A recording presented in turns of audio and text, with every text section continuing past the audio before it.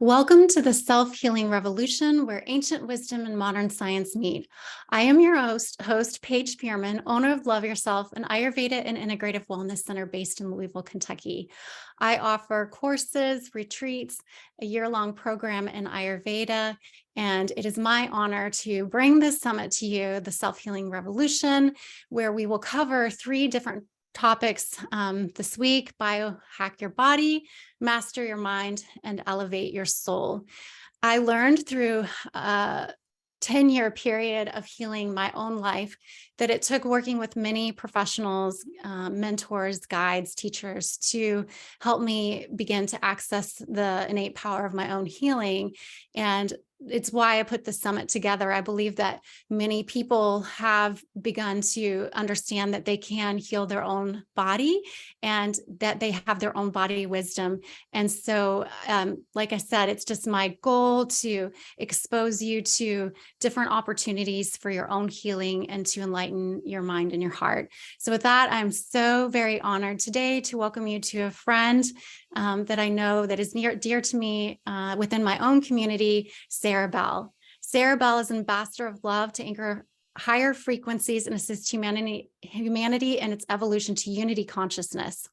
As an ascension mentor, crystal energy healer, and spiritual entrepreneur, Sarah helps women to reclaim their inner light and return to wholeness by guiding them in raising their vibration, embodying energetic sovereignty, activating deep remembering, and empowering their authentic expression so that they can live soul-aligned and shine a brighter light for others. Sarah is the founder of the online mystical shop, Sarah Belle, and Anchor the Light Academy. Thank you so much, Sarah, for joining me today. Thank you for having me. I'm super excited to be here. Yes, yeah. So when we spoke, you have just such a wealth of knowledge and you have so many gifts to bring. And when we started talking about the Self-Healing Revolution Summit, I loved when you spoke about energetic sovereignty and what that means and how people can begin to claim their own energetic sovereignty. Can you speak to that, just to begin to tell people how you created this work, how it came to be, how it's evolved for you, all of it? Yeah, wow. That's such a loaded question. Yes, so I may take a whole hour to get there, but I time. think like all of us, this work really moves through us because we come to embody the work through our own journey. And that's very much been my story. I started out I started out as a designer and then went into corporate work. And through that whole path, I've always considered myself to be a bit of a mystic and, always drawn to all the mystical things, the metaphysical realm. But I was very much living the life that I think society sort of projected, as successful. And all while doing it, I was learning to manage stress and anxiety, and so I was working this corporate job, but then pursuing all of these certifications. And I really didn't know why, because it's not like I wanted to do any one of them individually. But throughout that journey, as I started to ultimately raise in consciousness and really develop a robust spiritual practice and move into alignment with my soul and my soul level expression, I started to really understand ultimately what it meant to be energetically sovereign. And that's really kind of the work that I teach today. And so it's, I think, first of all, this work requires you to understand the truth of who you are. And I really teach a lot around, I teach everything through through this lens of energy, because it really gives us language for understanding our experience in a different way. And when we can do that, we can start to neutralize some of the stories, we can neutralize some of the emotion, and we can start to show up with a new perspective. And so that, first and foremost, is a very powerful and a profound shift when people start embracing this language of energy and vibration, which is kind of where we're moving anyway as a collective, I feel. Yeah. But the basis is to really recognize that you are energy first and foremost, and all that entails, which is your thoughts, your emotions, your feelings, your physical body. It's all energy. And the sovereignty piece is really about becoming the sole governing agency of self. And so sovereignty really means becoming free or becoming self-governing. And so it's looking at all the ways that you've been managing your energy, your thoughts, your emotions, your feelings, your actions, your physical being, all of the ways that you've been managing that according to a lot of these external pressures, these external projections and expectations, and really taking a good look at that and saying, in what ways is this in alignment with this soul level truth that I feel inside, and in what ways is it not? And I think a lot of people feel this internal conflict because their spirit is suffering in a variety of ways. But because we live in this world that places so much value on the external, we're kind of selling ourselves out, and we're constantly like exchanging in ways that aren't really authentic or true for our inner spirit. And so the result of that is diminished health on physical, mental, emotional, spiritual levels, right? And so it starts as like this internal conflict, this kind of spiritual restlessness inside. But then, as you know, it manifests too into disease, into illness, into all of these ways. And so it really is something that I don't think can be ignored, but it takes a lot of, I think, support and nurturing and education and knowledge to really start to move down this path of becoming energetically sovereign. It's really about holding your power in your center, not giving your power away, and really showing up, in your authentic truth in an embodied way. And that's a very difficult undertaking in our modern world.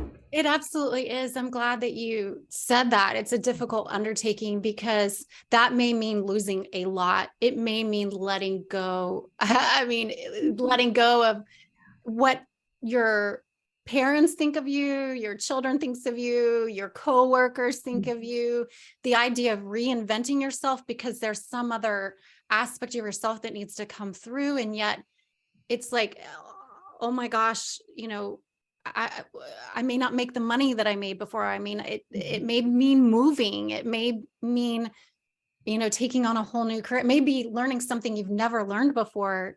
Mm-hmm. I read this book. I think I've mentioned it a couple times on the summit, but it was called Soulcraft. And these people have crises. They have health crises. They can have marriage crises. They can have a work crisis.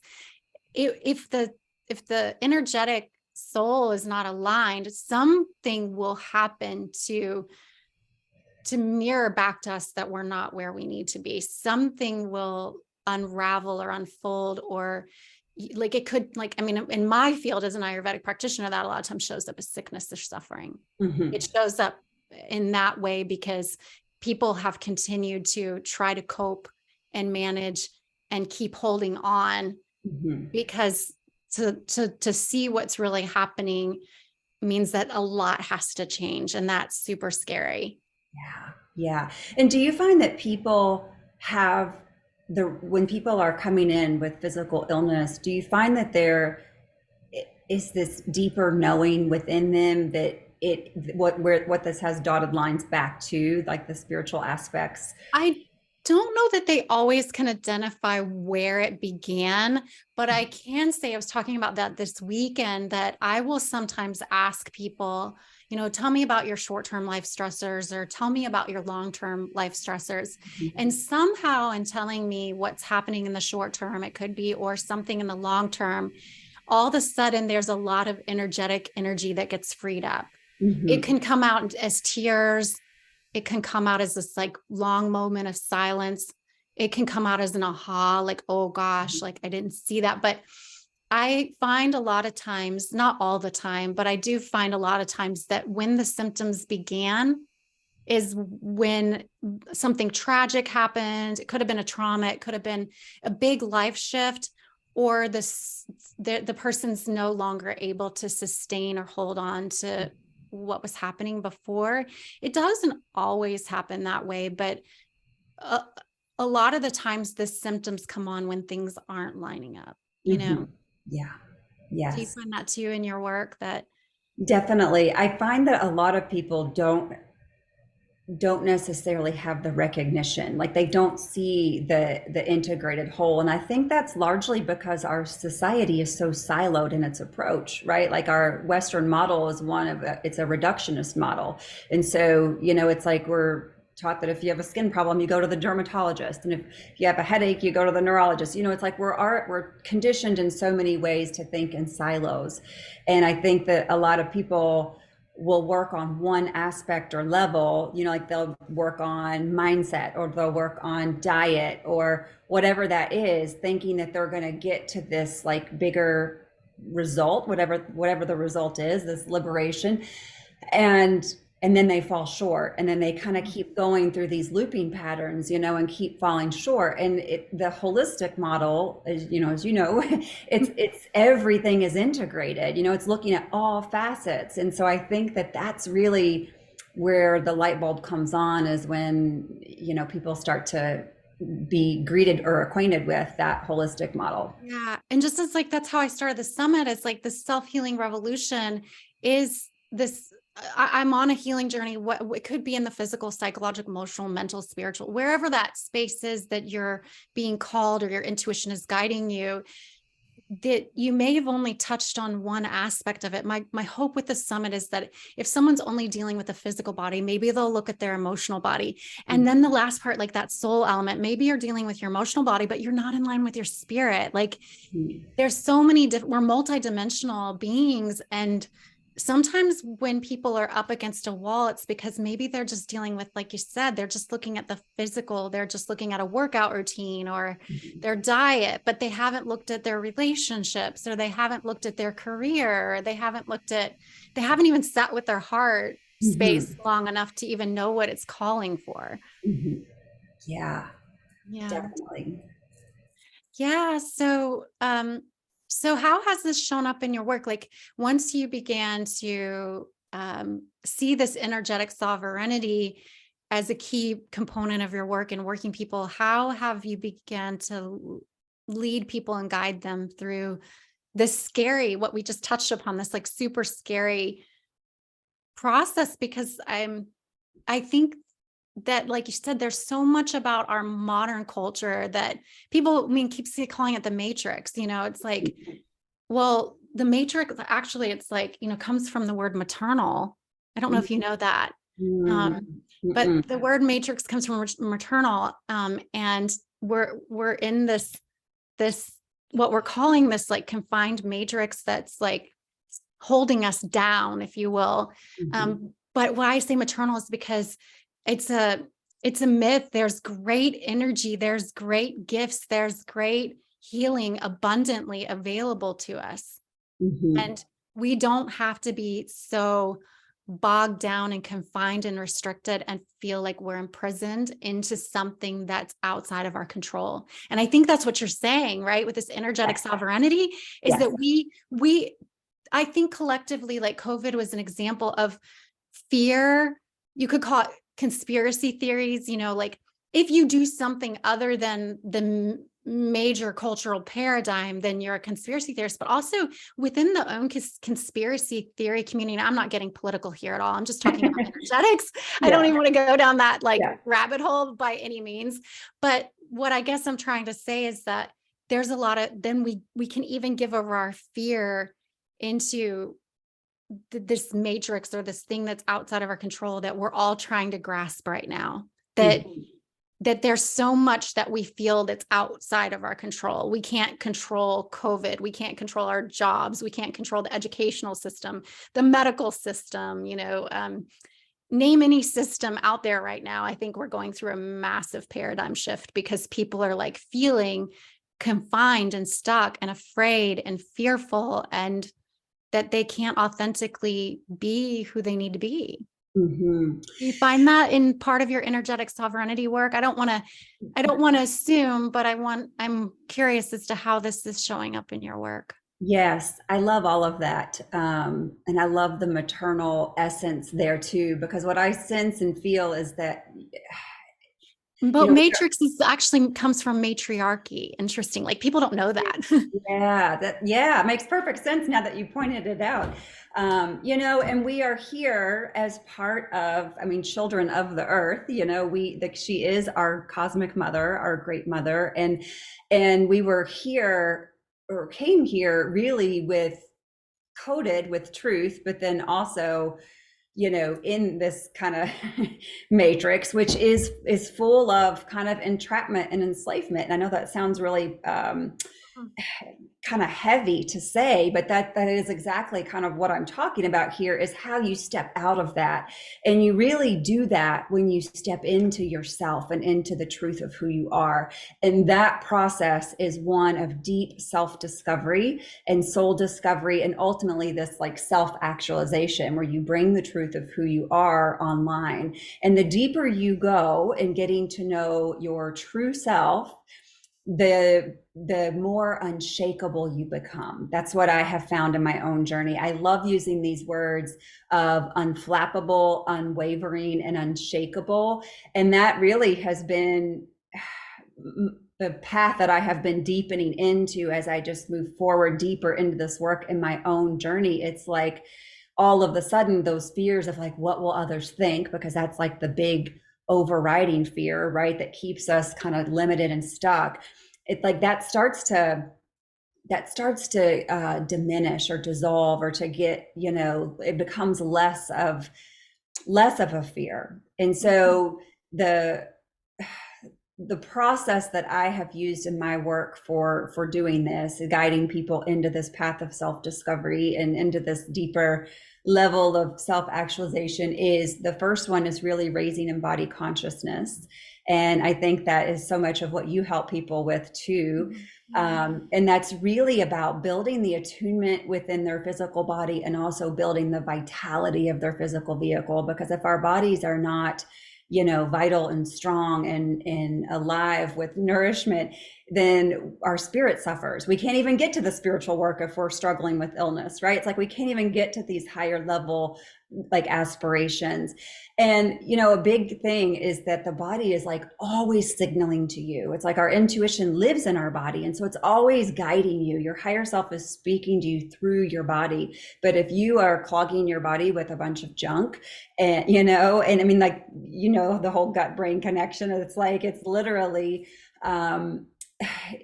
influencing you all the time. And so you will literally miss those intuitive hits, or kind of not even have that deeper connection to your intuition if you don't first work on raising body consciousness. And the interesting thing about this is most people, I know so many people, because I have a lot of like mystical seekers, crystal curious women in my audience.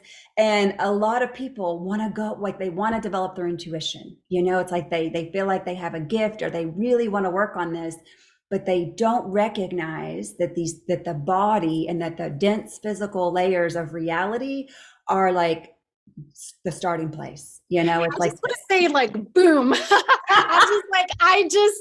I wanted people to say this on the summit, and gosh, whoever like hears this and hears others, because everything that we bring into our vessel, which is this container, is energetic.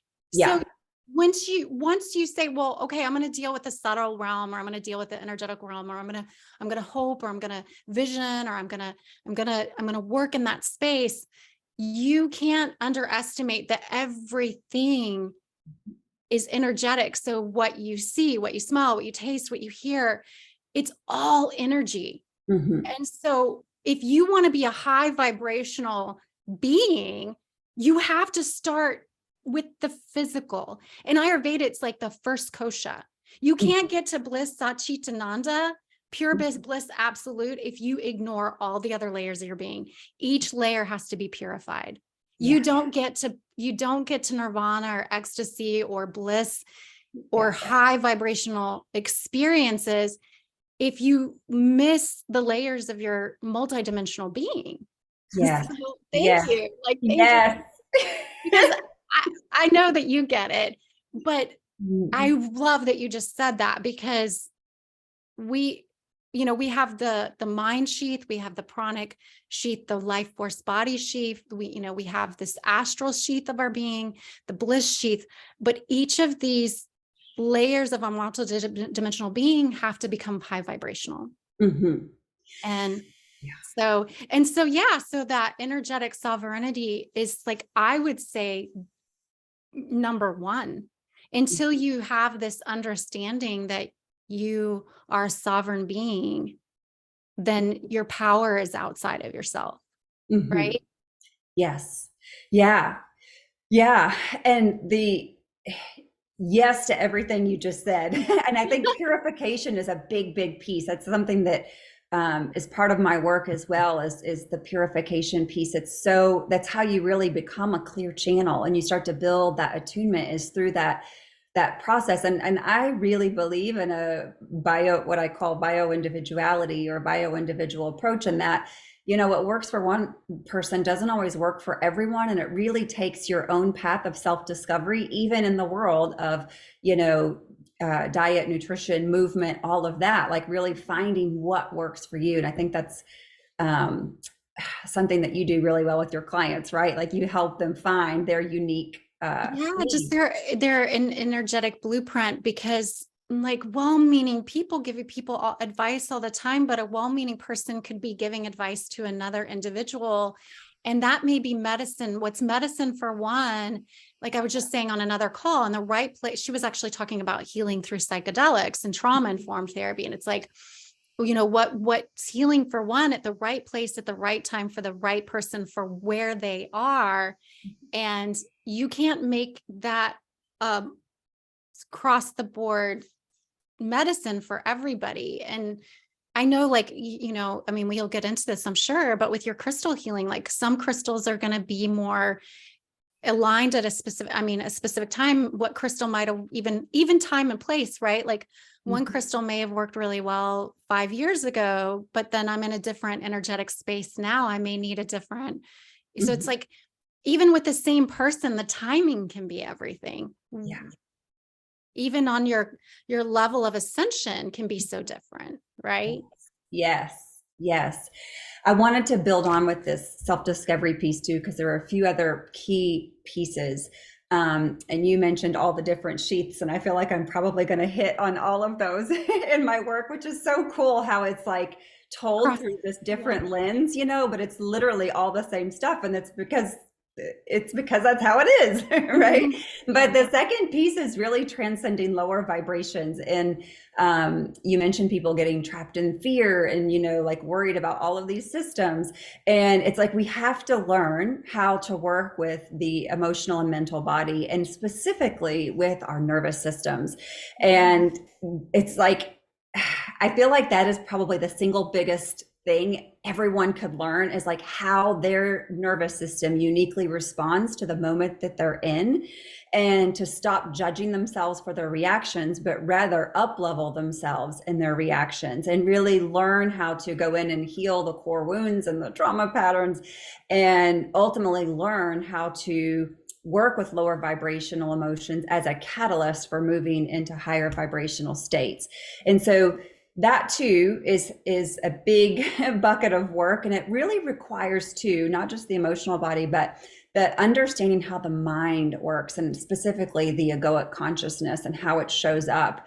Most people are operating according to their ego mind and according to their subconscious programs without even recognizing it, and they've developed this sort of habit way of being in the world, but then their soul is calling them into something grander, something more, something greater. And it's giving them all of these subtle nudges, but they don't feel comfortable trusting it. And they're staying trapped in this sort of these egoic patterns and ways of being.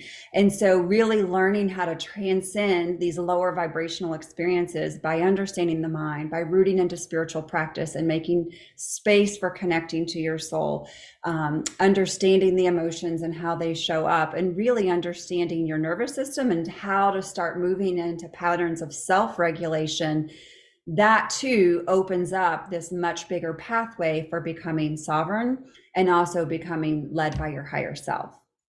Yeah, so true. This has come up again, like today, and in different ways and in different capacities, this ability to regulate the nervous system. Mhm. And, um, and I believe when there's a really strong trigger, something outside of yourself, but it's strong because it's hitting something within you that needs to be healed or resolved. So when I come up against in my own journey, like a big trigger, I'm like, oh, this is where the magic is. Like this trigger is happening to, like you said, there's some energy that has to be moved. And it's very tantric. I'm sure you've studied tantra too, like as a yogi, but it's very tantric, everything being energy. If we're getting triggered, there's just a lot of energy there. So you can either utilize, as you're saying, these lower vibrations, or that energy is just energy. So it can either be used in that lower vibrational pattern, or Mhm. that great ball of energy could be catapulted in that high vibrational field. And wow, like what's possible when you take something that's that charged and you Yeah. release it into a higher vibration? Because Yes. it's like, if it's highly charged, it's got a lot of energy behind it, right? Like, Yes. yeah. So in that moment, like to be able to teach people how to really be, I say alchemist or catalyst, right? Like you're transmuting something Mhm. from one way it could manifest into another way that it could manifest. Yeah. Yeah, absolutely. And the nervous system, I remember, I don't remember where I heard this, but a long time ago, I heard it said before that the nervous system is really just your inner child.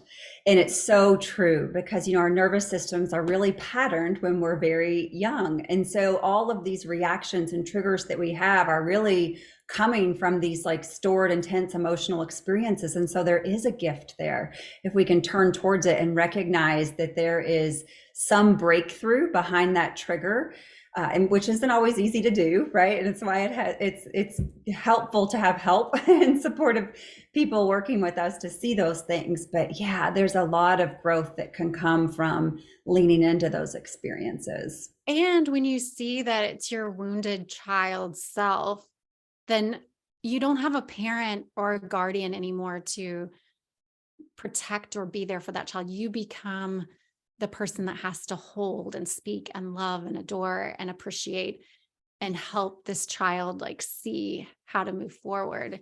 And Mhm. that, like you said, can be very scary because the child, if it doesn't have a guardian, how does it know? Yes. Does it know how to move forward? Uh, Yes. wow.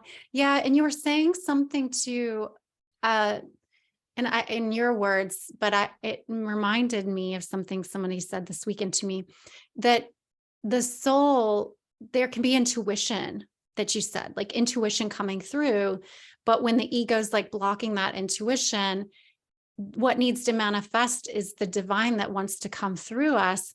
And the intuition is there, like saying, this is nudging you, nudging you, nudging you. And what a friend said to me this weekend is, it's the angels, like the angels can, like, be there to let you know.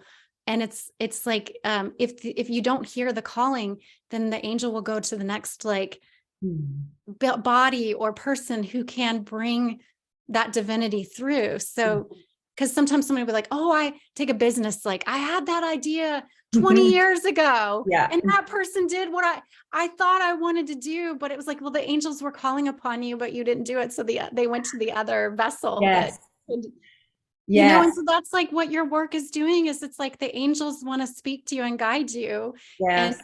nudge you forward. And you don't have to be that person 20 years ago, that 20 years later that says, oh, I had that grand idea. Yeah.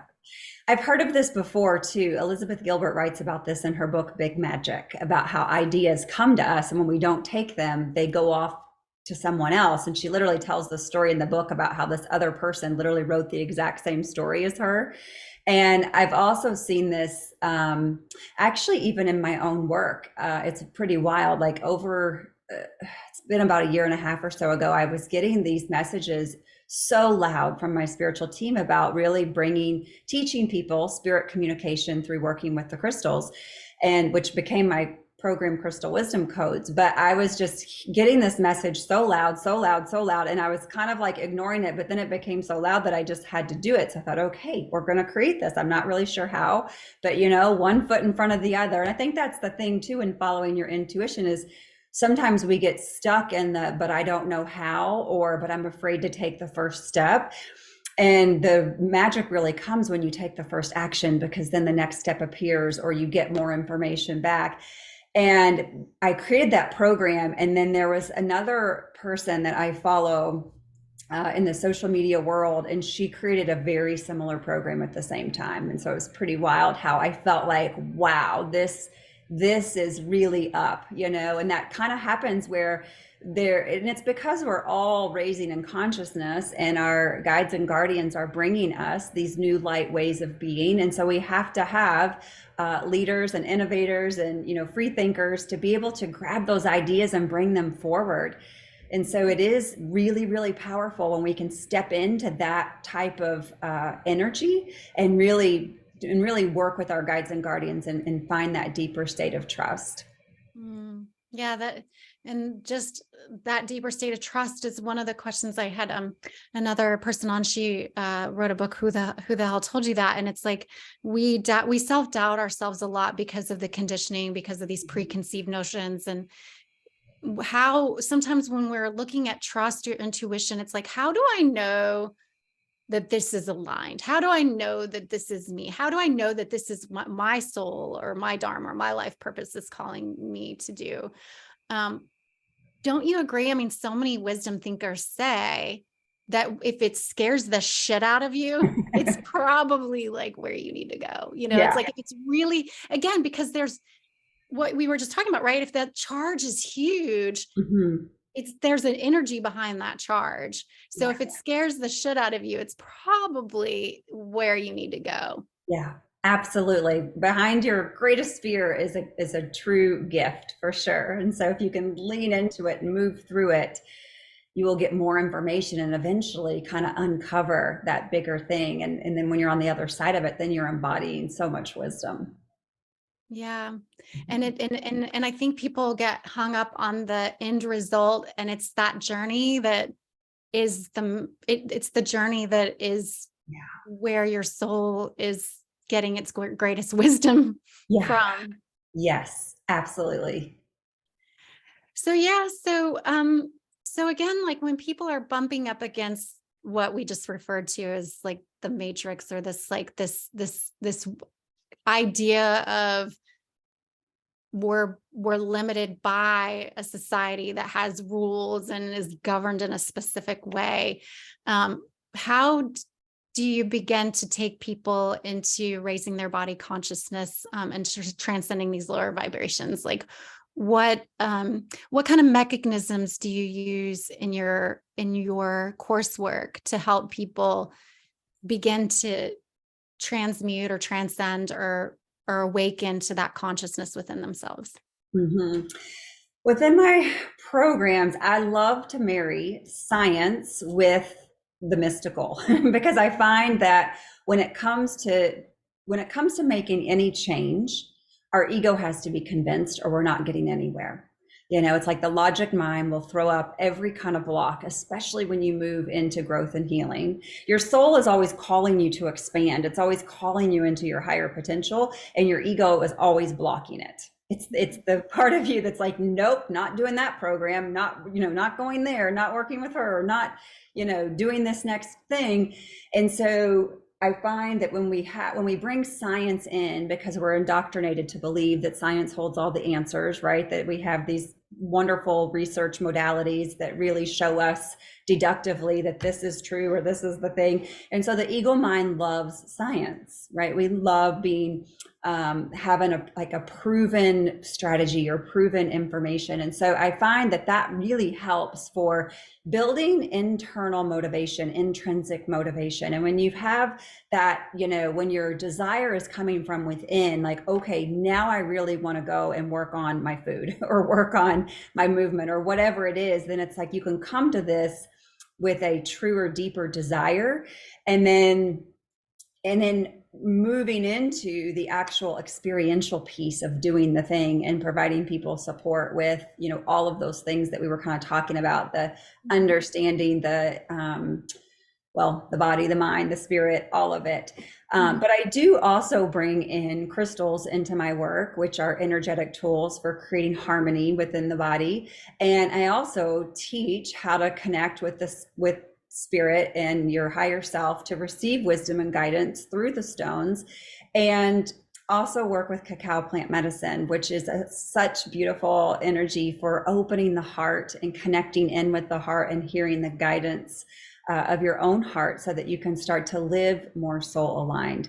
And so it's kind of a combination. My work is kind of a combination of like education, doing the thing, taking the action, and also the integration piece of integrating, deeper soul insights along the way, so that what you're really operating with is embodied wisdom.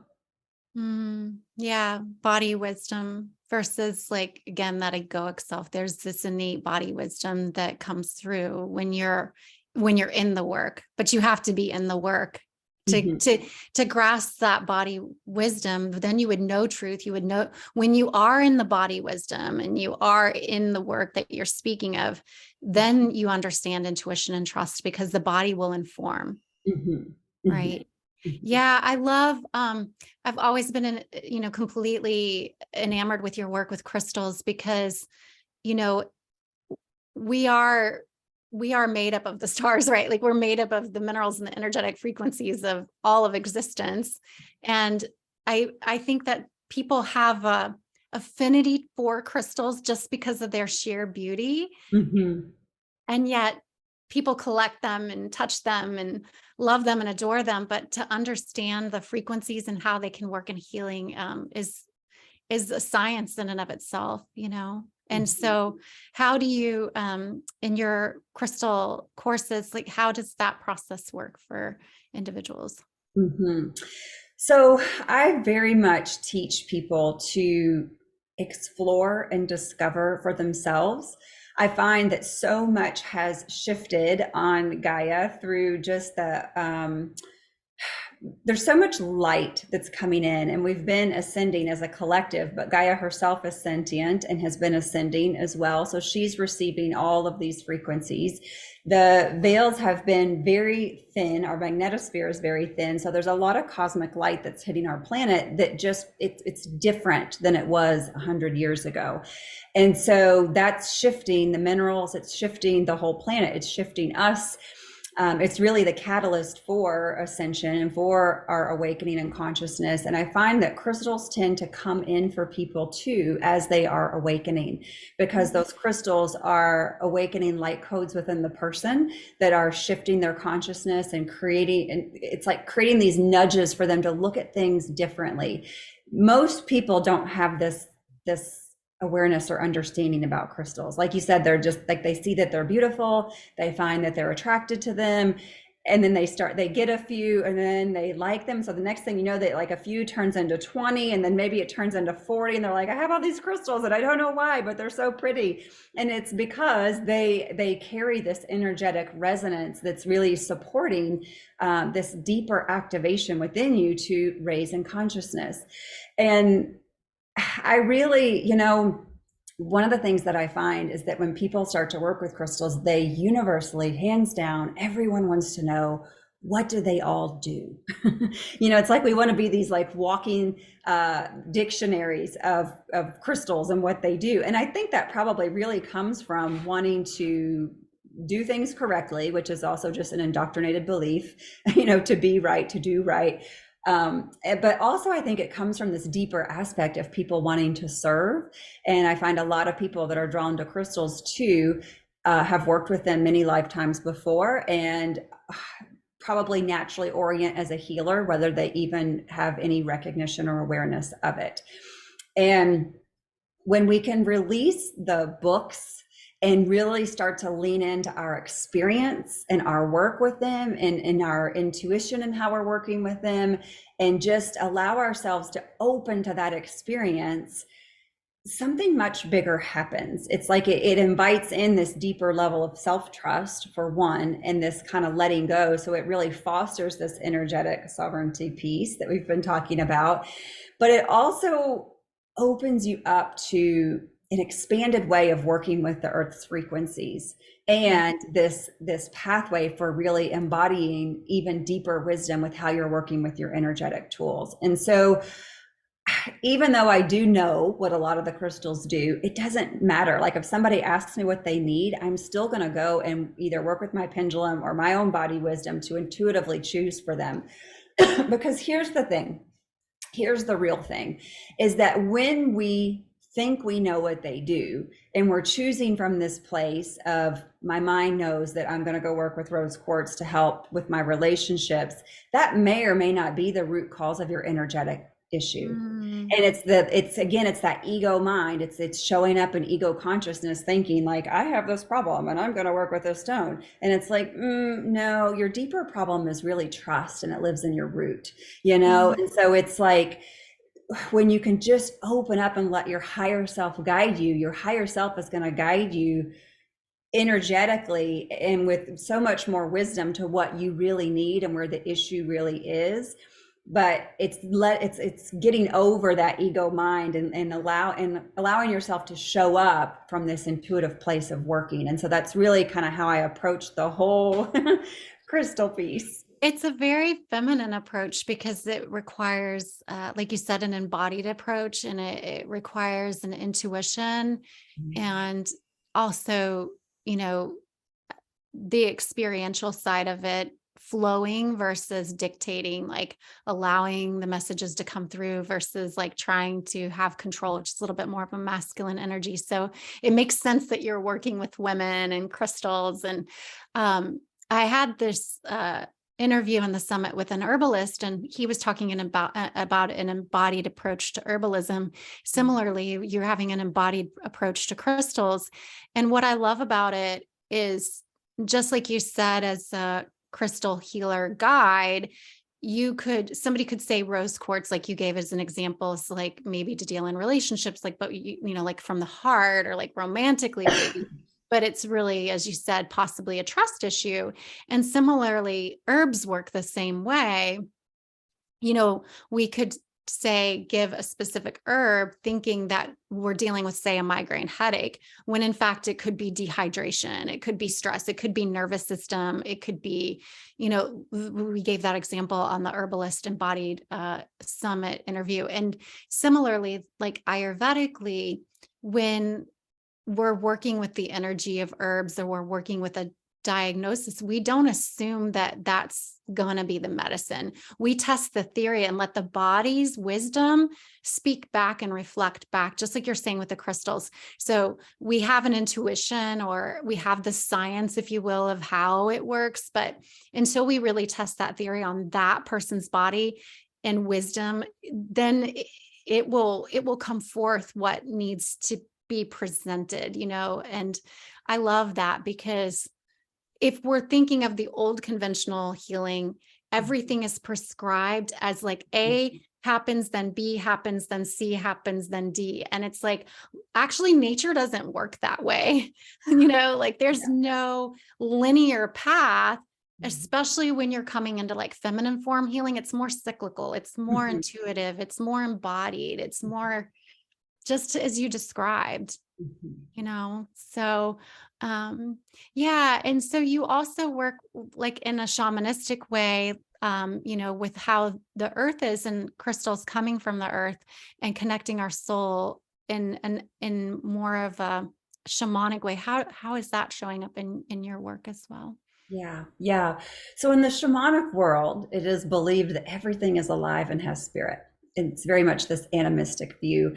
And so what that means in the crystal world is that crystals have a consciousness and plants have a consciousness. And so working with cacao, we're working with the wisdom of Mama Cacao, or the goddess of Ish Cacao, and like channeling this, you know, wisdom of the plant to guide us and show us. And with crystals, I mentioned teaching people spirit communication through the stones. It's how to connect with this higher level of spirit to receive the guidance and wisdom that you seek. And so instead of seeking outside of yourself, instead of, having this issue and going to every single friend and surveying them saying, well, what do you think about this? What do you think about this? What do you think about this? So that you can then determine how you need to show up, or what advice you need to follow. It's like we're always seeking permission and we're always seeking this external validation. But when you can really develop the tools for accessing your own inner guru, your own inner guidance, calling upon your own higher self. And of course, in shamanism, there's ways of journeying and doing all of that, working with power animals. But with the crystals in particular, it's journeying to the crystalline realm and journaling and working through a specific stone, a specific consciousness to access that higher guidance and wisdom. And it can create so much validation and so much nourishment and support to be able to even realize that this is real. It's like it's really empowering, and again, it promotes that piece of sovereignty where you can really step outside of the matrix and really embody your power. And the more you do this, the more empowered you become. There's this aspect in shamanism of gaining power, and you gain power the more that you do this work and that you work with your animal guardians and spirit allies. And it's really just showing up to it that you become more and more empowered along the way. Mm-hmm. Absolutely. Yeah. I found as an Ayurvedic practitioner, I lay my hands in my practice quite a bit on people. And sometimes I'll meet them, in the office setting, and they'll sit across from me. And then it's almost as if when I actually have them energetically and I lay my hands on them, that a whole wealth of information begins to become intuited, because I'm tapping into their energetic frequency and their energetic body. And it literally informs, what's happening. I love, I think there's a lot of curiosity around shamanism now. I think that it's growing. I think that this whole field of energetic wisdom and the unknown parts of spirit or spirit world is becoming interesting to people. And I think that there's still I don't know what the word is. It's maybe I don't want to be judgy, but maybe it's oh, I'll just go experience this, maybe one time, say a retreat, or, I'll go and ayahuasca retreats are big right now. I think there's this idea that I'll go and do that and experience it, and then it's come back. But I love when you were talking about earlier that there's an integration period of healing, that when you begin a path of any kind of working with nature, minerals, herbs, cacao, there's this whole integration period that happens from what you download in those moments. Mm-hmm. I mean, you were just talking about the retreat you led. We were talking about that at Saturdays with Spirit that we did. You said, wow, people went home from that retreat, and there's so much integration that I want to assist and be a part of, because as soon as people go home, they do go back to what they think is the matrix. And then it's but wow, my mind was just blown by what I experienced in these beautiful settings that people like you and I create. That integration period is not, I guess because I know this is happening in your work too. It's not to be underestimated, the power of the integration. Yes. I was trying to follow you there for a minute, because for a moment, back when you were saying there's so much interest in this, and it's almost like people want to go and have these experiences. Mm-hmm. They want the experience to be the end all be all, but it may be when they go home that all the integration begins. Yes. I also want to differentiate. I had this thought, and it may not be relevant at all. I want to speak to the integration, but before that, I want to come back to kind of what you were saying and what I was reading. Is that I do find that sometimes when we get on this spiritual path and we start to wake up to all these modalities and we get really excited and we want to go check them all off, that there is this shadow aspect to the spiritual journey as well, that to where we're almost trying to like collect these experiences or collect these tools, and it's almost like we're building this spiritual resume so that we can say, I have done like all of these things, you know. And I want to just speak to that for a second, because I think this is very prevalent, and it speaks to really that ego consciousness, you know, running the show like 95% of the time. And that's one of those aspects that we're really here to transcend too, as we bring in the new light and step into being led by our higher selves. That it's not really, we can release this energy of proving in the spiritual community. I think there's a lot of that like distorted masculine that's very rampant in spiritual community. And it's this, you know, building these like credentials and like kind of being in this. And I know this very well because I've been there. Like, let me just embrace all of this here, that I'm speaking to this from a place of, you know, that was once, I think, very much how I felt about a lot of this when I was still working in the corporate world and collecting all of these certifications, not knowing what I was going to do with them. But now I feel way more like soul aligned and in resonance with, you know, really, really leading from a place that's very pure and very true and very altruistic. And it, like, the certifications don't even matter. It's really about showing up for the experience and embodying the fullness of the experience so that it really becomes embodied wisdom. And so that kind of takes us to this integration piece that you were talking about. And the integration piece, I always, you know, that's the thing that a lot of people, they don't know it until they know it. It's right. They go into these experiences seeking this expansion. And after every expansion, there's almost always a contraction. And Yes. that contraction is the messy, you know, it's where like, wait a minute, like, it's like you have this like huge high, you know, and you've like done the thing and you've got all these insights, and then you go back into like ordinary life or whatever it is. And it's like, bam, it's like everything just all of a sudden feels like it's falling apart, and you're like, how did I go from like here to here so fast? And it's really, that expansion has its way of working through and weaving through your consciousness and dismantling what it needs to, so that you can start to really move into a higher state. So you're really on this upward trajectory, even though you're in that contraction. It's just having the spiritual tools to work through those contracted states. And it's really about bringing presence and mindfulness and compassion to those places from within yourself. Lady, I just love what you said, because in the integration is either someone will get like lost in it as if it's being, again, like we were talking about energetic sovereignty, like to literally come full circle in that integration where things get messy and everything's falling apart to be reborn within you. Like, things have to be dismantled in order for the new version of you to come forth. And it can get really messy, and either one or two things or a few things can happen. You can abandon ship because it's so scary, which I think some people, they hit a plateau and then they level off and they abandon, and they think, what we just had a call about this, that like, I arrived, I got there, I healed, and now I'm a healed person. And it's like, no, far from the truth, you know? So that can be one. You abandon ship and just assume that you've arrived and that you've healed and that there is no more. Or you can forget the energetic sovereignty again, that it's being done. I am so big about victim consciousness, which is why I wanted you to speak about this in the summit, because you can return back to victim consciousness again. In everything being dismantled, it's being done to me. Oh, and absolutely. and so then it's like coming back full circle to that energetic sovereignty. You started this path to become energetic sovereign, then you got into the woods or the messy part.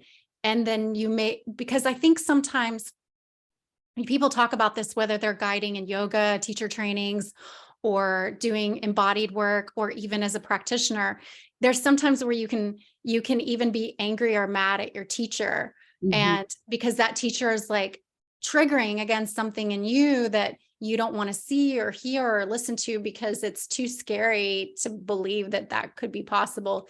And it's so easy to slip back into victim consciousness. Mhm. And I know that for myself. Like, I mean, I've gone through layers and layers and layers of the onion, and it's like, okay, this is happening again. I'm learning on a deeper and deeper level, like energetic sovereignty. I'm learning at a deeper and deeper level that sometimes everything has to clear for the path to be seen. And so, I mean, yeah, the integration period is, I believe, where you can dive deep, like you said, instead of going and just trying to collect experiences or collect spiritual experiences, perhaps just stick with that and dive super, super deep and see how deep you can go in that one, whether it be working with a crystal or working with cacao. Like, go as deep as you can possibly go, because there's still so much to be revealed to you, Mhm. especially if you're going through that contraction period.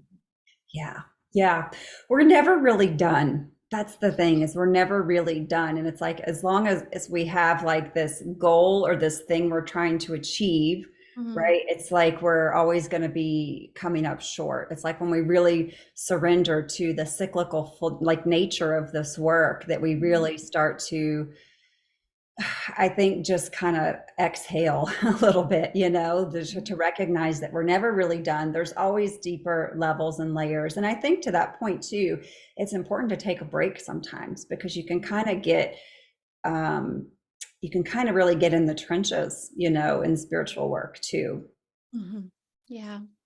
Yeah, I mean, there's times to go deep, there's times to sit and rest, and I agree. And each layer of my healing, I know I've been to healers and I've worked with many beautiful, beautiful, amazing individuals, which is again why I put on the summit. I'm like, there are people out here that you can tap into because they've been in the work, or because they've done it, or because they've experienced it first, they've embodied it or experienced it, if you will. And I will say that when I've really gone into some deeply healing moments in my life, I've almost had to sit with that healing for almost a year or two for it to come to its full evolution. Mhm. I can think of many different people on my path of healing where it's like, whoa, that took like a 1 or 2 year integration period before it fully. I was talking to another person earlier today, and she was saying, there are times where you can put a bow on it and put it to rest, where you really have, if you're talking about ascension or vibrational, like where you transcended that lower frequency and you arrived. There are moments where we can put a bow on it, but there's other times where there's the next stage of our evolution that's coming forth. Mhm. Yeah. Yeah. Thank you so much, Sarah. This has been a pleasure. And you and I cross paths quite a bit, but we don't get it to dive into a conversation for an hour. So I appreciate that you took time out of your day. Will you just give our listeners an idea of your work that you're working on now and ways in which people can work with you? And also, you're offering a free gift. Go ahead and please share. Yeah, thank you. And this is super fun. I hope that everyone listening has taken some little nugget of wisdom from it, or had some little aha. So, my work is multifaceted. I actually have an online shop where I sell handmade jewelry and crystals. And spiritual tools. But then my deeper service work is really the Anchor the Light Academy self mastery journey, which is really supporting women in raising in consciousness and embodying this energetic sovereignty piece. And I also, I do have an Understanding Crystal Energy online class and Manifest with Crystal Grids. So for people interested in working with crystals, just starting out, those are great places to start to really embody your way, your unique way of working. And then also I have events and things that come up. Like, for example, I'm getting ready to do a winter solstice cacao ritual, which I think this will come out after that. But there are always different events and workshops that I have going on, ways to just connect with this work and explore. And then I also have an Anchor the Light Facebook community, which is a beautiful Facebook group where people can learn more about crystals, connect in community, because at the end of the day, I think that it is so important to have like-minded people to connect with and to share with. I find that a lot of people kind of waking up spiritually, they find that a lot of their friends don't necessarily like think these things or have these thoughts. So having community is everything in this work. Yeah. Yeah, so the free gift that you're offering is self-care for your energy field, which I think is so appropriate for the conversation that we just had. And again, I want to thank you so much. Yeah, you're welcome. Thank you. Thank you.